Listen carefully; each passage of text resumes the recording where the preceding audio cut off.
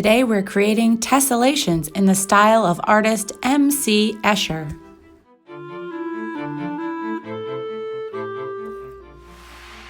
Hello amazing artists, Miss Brown here, coming to you from my studio in Brooklyn.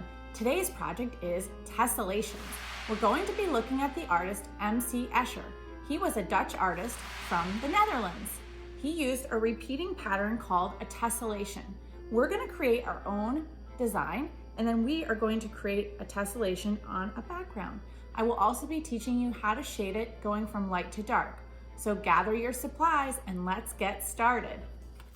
The supplies you will need for this project are a pencil, a black marker, scissors, tape, a 3x5 inch index card, a ruler, paper, and coloring supplies. A tessellation is created when your design repeats over and over without any gaps. It's also referred to as tiling. Okay, we're ready to create our shape that's going to become our tessellation. As you might recall from the video, the tessellation is going to be a square shape. So I'm just using a 3x5 index card. You could use a 5x7, 4x6. You could even use a piece of loose leaf. It doesn't matter. I like the cardstock because I'm going to be tracing it. So if you want to make it out of this paper, it does work well, but you certainly can use any type of paper for this. I'm going to use my measuring skills. I know that this is 3 inches across, so I only actually have to make one measurement. Because I need a square, I'm going to measure to 3. And I'm going to make a straight line. If you need help making the straight line, ask an adult. And I'm going to show you another way to do this in just a moment with a piece of copy paper, but it needs to be 3 inches. Go ahead and cut on the line. Okay, and then you can check your measurement, 3 and 3. So another way to make a square, if you're working on a really large piece of paper, some of you might already know this trick, is you're going to fold a triangle, holding the paper horizontal side to side, right? I'm taking the upper right-hand corner, folding it down to meet the bottom edge. And then I'm just going to cut off the extra. Now, this is if you're working on a really huge sheet of paper, right? Then you have a giant square. Let's see how large this square is. It's actually 8.5 by 8.5, right? Because copy paper is 8.5 by 11. So I just wanted to show you that little hack in case you want to make a square for something else. But we're going to go back to making to our small square that we made, okay? So remember 3 by 3, 3 by 3. We've got our square ready. Now we're gonna go ahead and create our shape.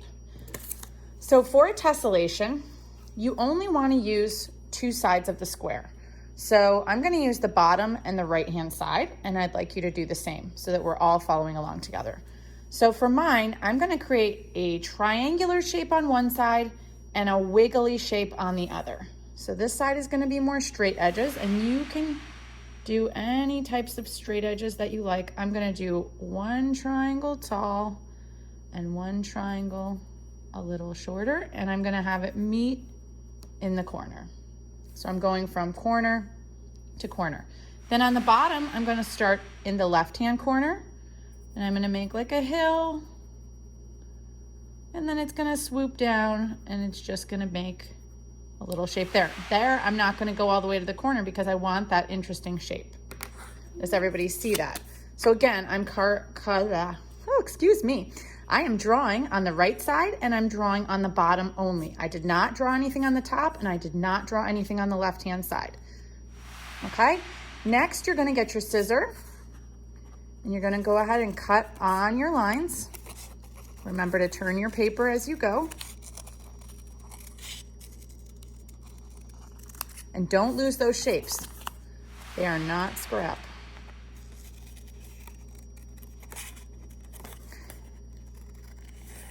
And you also want to make sure that you cut them out as complete shapes because we're going to be attaching them to the other side. So in the end, you should end up with 3 pieces. Now you need to go and find tape. It can be clear tape, it can be masking tape. I find that the clear tape works the best. And I also recommend take off a few pieces for yourself and put them on the side so that you don't have to hold the tape dispenser while you're doing this. Okay, so let's go back to the original way. Let's put it together like a puzzle. Okay, that was my original square. Does everyone agree? I hope so. Okay, so you can see how the pieces fit in. Now what I'm gonna do, starting with the one on the right, I'm gonna pick it up and I'm gonna slide it to the other side of my square. Let's do that again. I'm gonna pick up my first puzzle piece. Oops. Put their puzzles, stay together, Mr. Puzzle. Okay, I'm gonna take my first puzzle piece, pick it up with my fingers, and I'm gonna move it to the other side. I have not flipped it over. I have not turned it. It's staying exactly the same. Does everybody see that? Okay, when I slide it over, I want it to meet the edge. It cannot overlap. It just has to meet the edge. So I don't wanna have a space there, but I don't want it to overlap. So this is where you might need help from an adult or a second set of hands so that one person is holding it and one person is taping. And I recommend you flip it over right away, tape on the other side. If a little tape gets on the edge, just fold it over. Okay, so far I've only moved my triangle shape. My wiggly shape, my organic shape is still at the bottom. So now I'm gonna do the same thing. I'm gonna pick it up with my fingers, keeping it in the same exact direction. I'm gonna move it up to the top. Again, it's gonna stay exactly the same. I did not flip it over. I did not rotate it. It's gonna move directly to the top. I'm gonna match it up.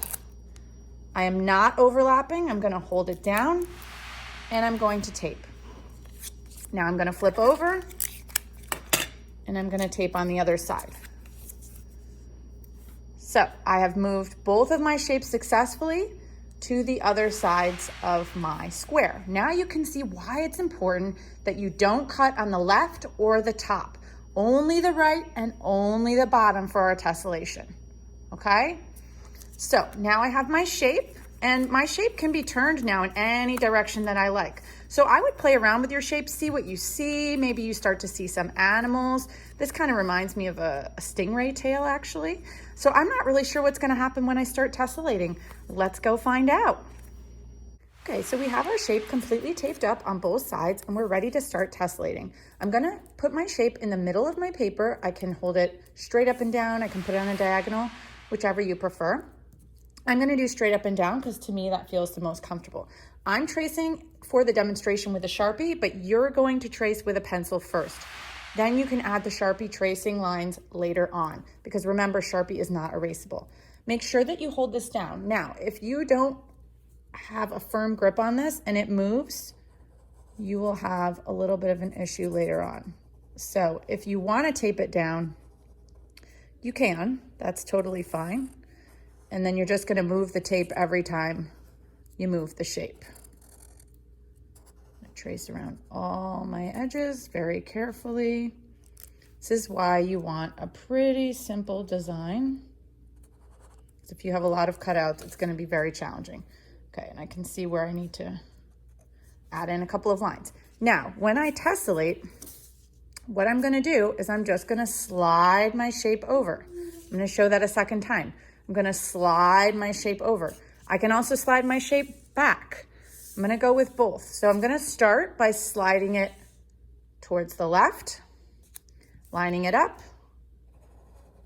and tracing. Now you'll notice some of the lines are overlapping, so I don't need to trace those again. I'm only tracing my new lines.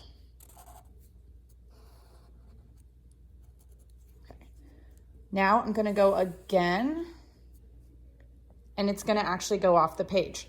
That's okay. Do not trace onto the table. Only trace what you see on the paper. Just like wallpaper, it can go off the edge. Now I'm gonna go backwards to my starting point. Now, after I get back to my starting point, then I'm gonna tessellate in the opposite direction. So I'm gonna move to the right. And I'm gonna go ahead and trace, oop, that's okay. Follow my line down.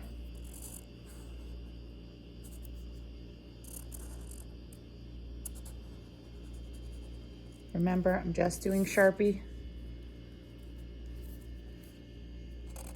for the demonstration. You're gonna be doing pencil to start.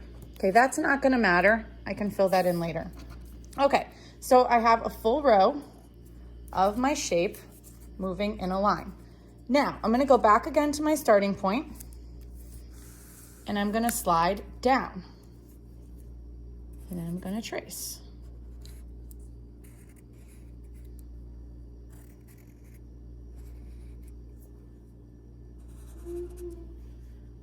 Every time you slide, it should be like a little bit like a puzzle that they fit together. Now, again, I'm gonna slide to the left. Okay, notice my edge is fitting in. Going ahead and tracing.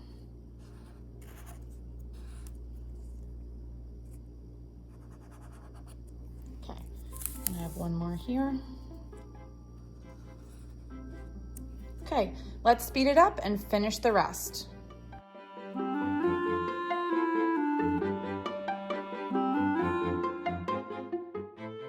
Okay, so now we've finished transferring our shape and tessellating it onto our paper. You're gonna go ahead and do the Sharpie outline now on all of the shapes. This is also a point where if you saw something you wanted to do on the inside, like if you wanted to make, maybe I see this as a fish, so then I would make the fish eye. Oh, he's so cute. Okay, this would be a place where you could add little details. If you want to make it into an animal or a picture, otherwise you can keep it plain just as a design. It's totally up to you. I guess now that I have this, I'm gonna make this like a fighting fish.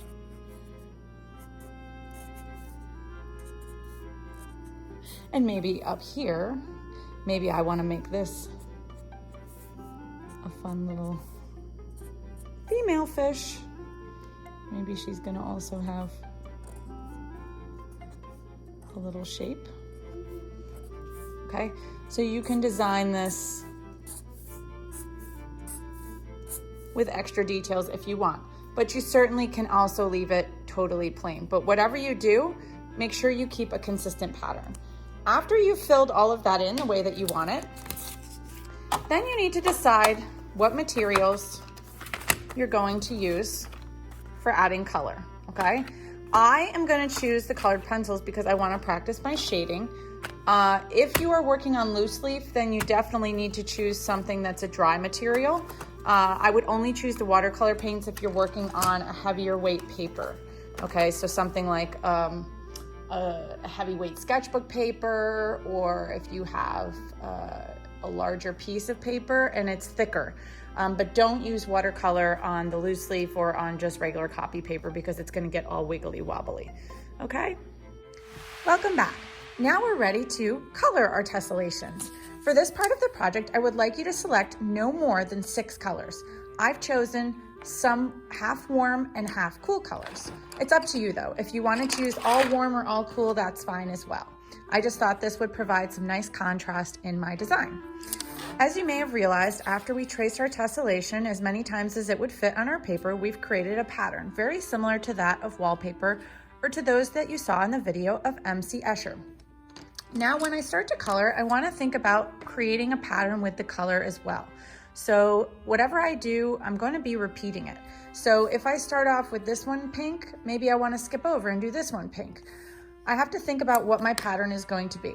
It's also a good idea, you might want to test out your colors on the back of your design to make sure that they're the ones you want to use. If you don't have colored pencils, you can also use markers, crayons, or even watercolor paints, whatever you would like to color your design with. I'm going to go ahead and use colored pencils. Let's speed it up.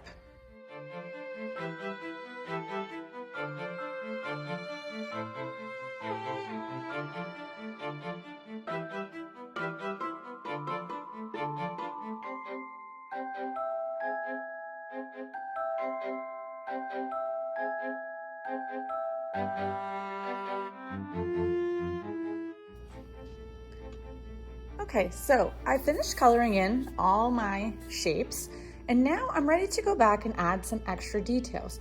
Now you could certainly leave it the way it is, or you could go in and do a little bit of shading, which is what I'm going to do. So I highly recommend that before you start shading, especially if you've just finished this and it's colored pencil, that you definitely sharpen your colored pencils again. If you're using marker or crayon, obviously those don't require sharpening, so you can go ahead and just use them directly. If you're doing colored pencil, one way to add some darker areas is to go over in a circular motion. And I'm just only gonna do the edges of a few of these, just so it's kind of going from dark to light. So we're creating that value. We wanna have some different variations in value. So some darks, some mediums, and some lights. So you can see that I'm building up by layering with the colored pencil. Now, if you go back and forth in really big strokes, you're not gonna get the same effect and you're gonna see all your pencil marks. So that's why I highly recommend going in this circular motion.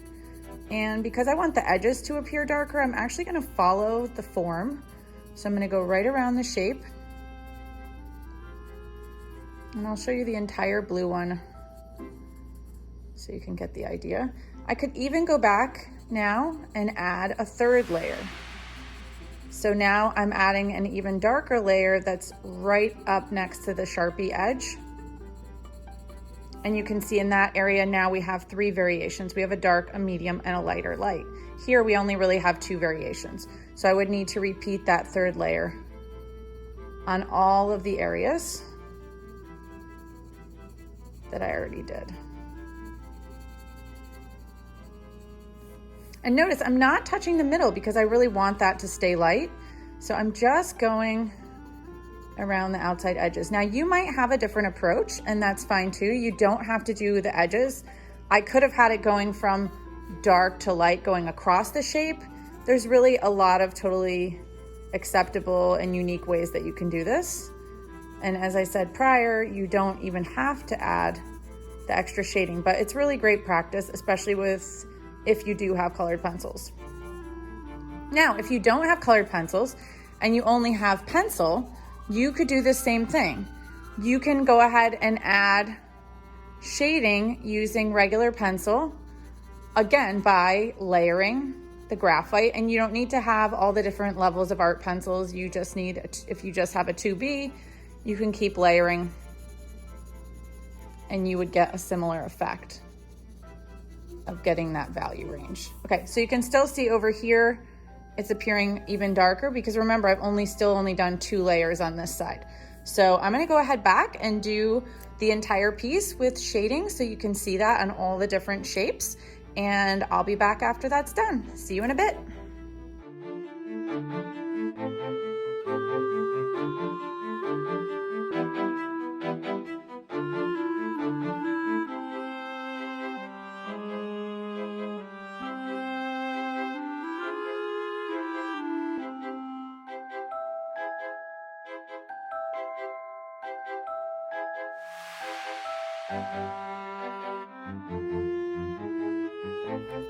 I hope you had as much fun as I did creating a tessellation in the style of artist MC Escher. I can't wait to see how you colored yours. Send it to me on email, and I'll see you back here really soon. Bye-bye.